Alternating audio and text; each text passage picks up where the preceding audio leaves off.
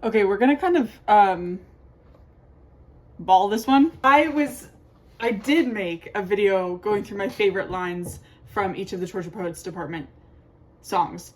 I took a sizable detour talking about Taylor Swift tracks as they pertain to being co-written with Aaron Dessner and being co-written with Jack Antonoff, which became the video that you're about to see. Also, if you think that my videos are crooked, they are, because I personally am crooked. I'm legally a crooked individual. Not legally in the sense of like crime, but legally in the sense of my spine was curved at a 65-degree angle. This is just kind of a rough comparison of the Torture Poets Department to the Anthology based on co-writers and production, because they are, I don't want to say different, so I'll use the word distinct, because obviously they are cohesive insofar as it's written by Taylor Swift, but they do have their influences when it comes to who her co-writers and producers are. But also I think that this is an important thing to note, because so many people have struggled with this album. I don't know, this honestly, Taylor Swift doesn't want us picking it apart based on who we think each song is about, and oh my gosh, where was she when she was doing this, and does this mean that this person watches this kind of movie and eats this flavor of popcorn? Like, that's not the point. And the point is to take it as literature, the point is to take it as poetry. If you disagree with that point, that's fine, because I made it up. That's what my point is to analyze the poetic aspects of this album. So I haven't been listening to what people are just rambling on about for this album. I've been partaking in literary criticisms, not, oh my gosh, I can't believe I can't twerk to this. You know, because there are people out there who are disappointed that it isn't Bejeweled or Blank Space or Love Story, whatever. That's fine. They can be disappointed.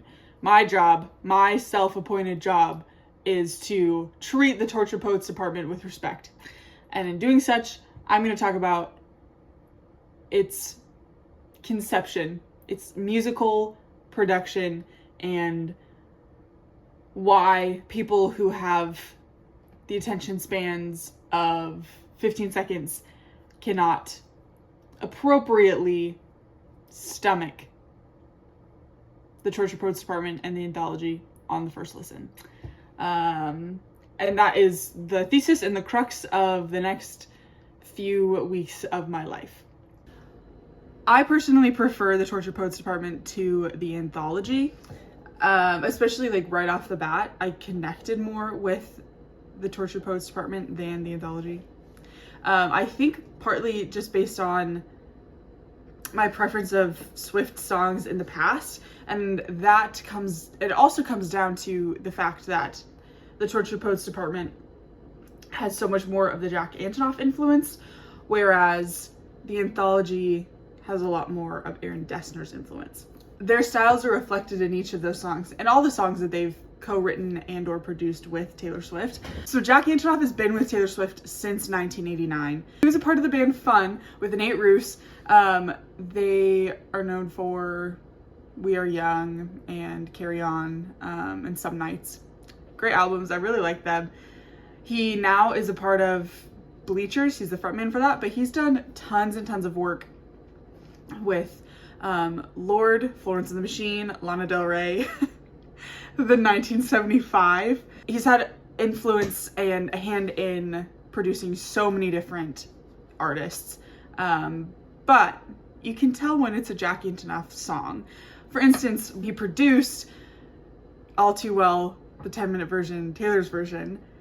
It's very clear that it's him, because I think one of his defining characteristics as an artist is that he loves layering different sounds in his tracks. Melody, harmonies, drum, bass, lead guitar, maybe a backup guitar. It's about the little tiny sounds and the way that the details build into being an exceptional track.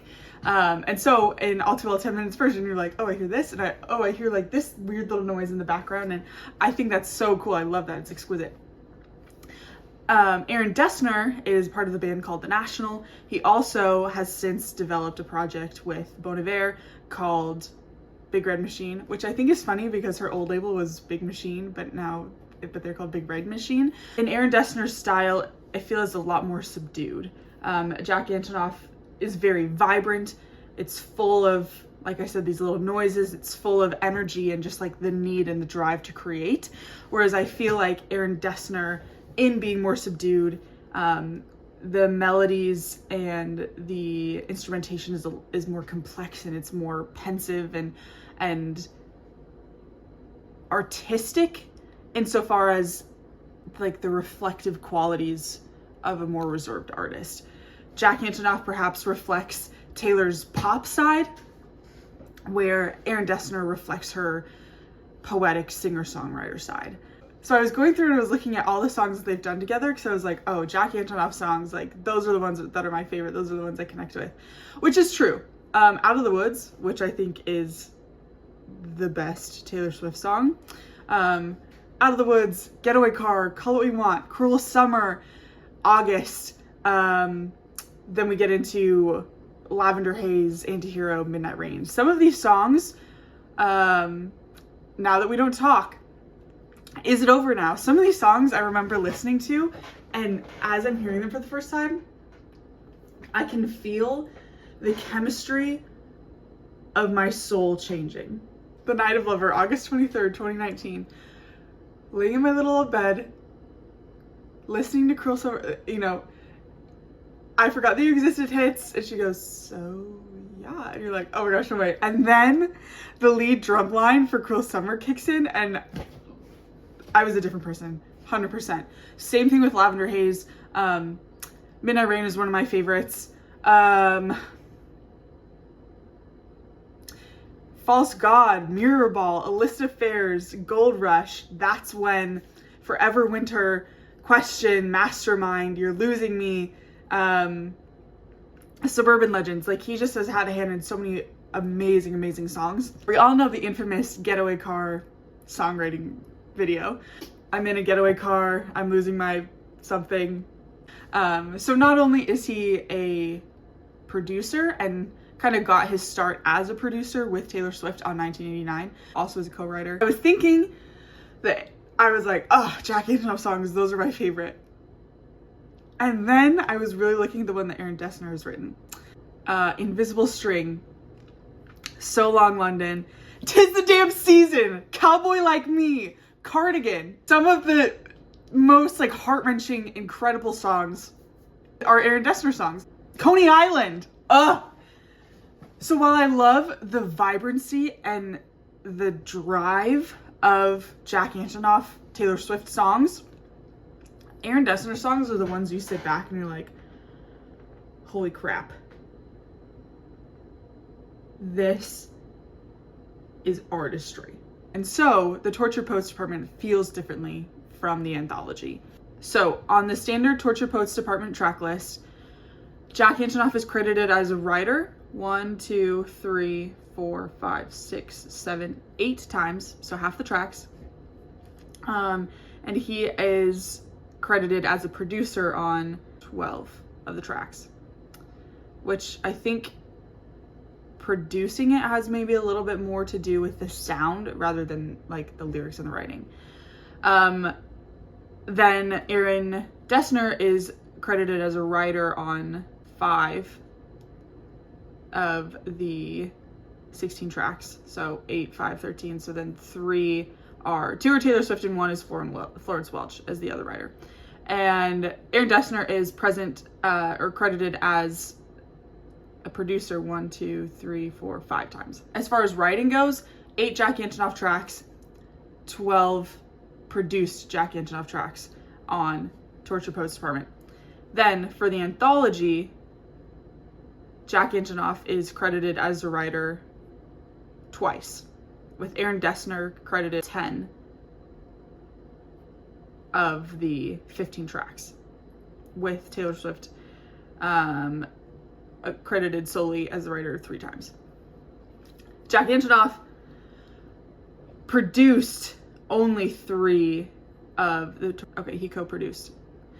So Jack Antonoff is credited as the producer on only 4 of the Anthology tracks, co-producing on 1 on Thank You Amy with Taylor Swift and Aaron Dessner, whereas Aaron Dessner is credited with the other 11, like him and Taylor Swift. A very convoluted breaking down.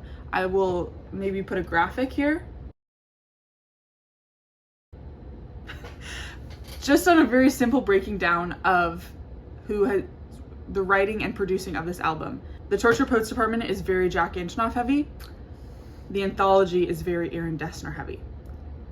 Another feature of Aaron Dessner music, Aaron Dessner, Taylor Swift, is that it's a lot more cerebral, it's a lot more lyrically driven. So it takes a little bit more time to marinate in.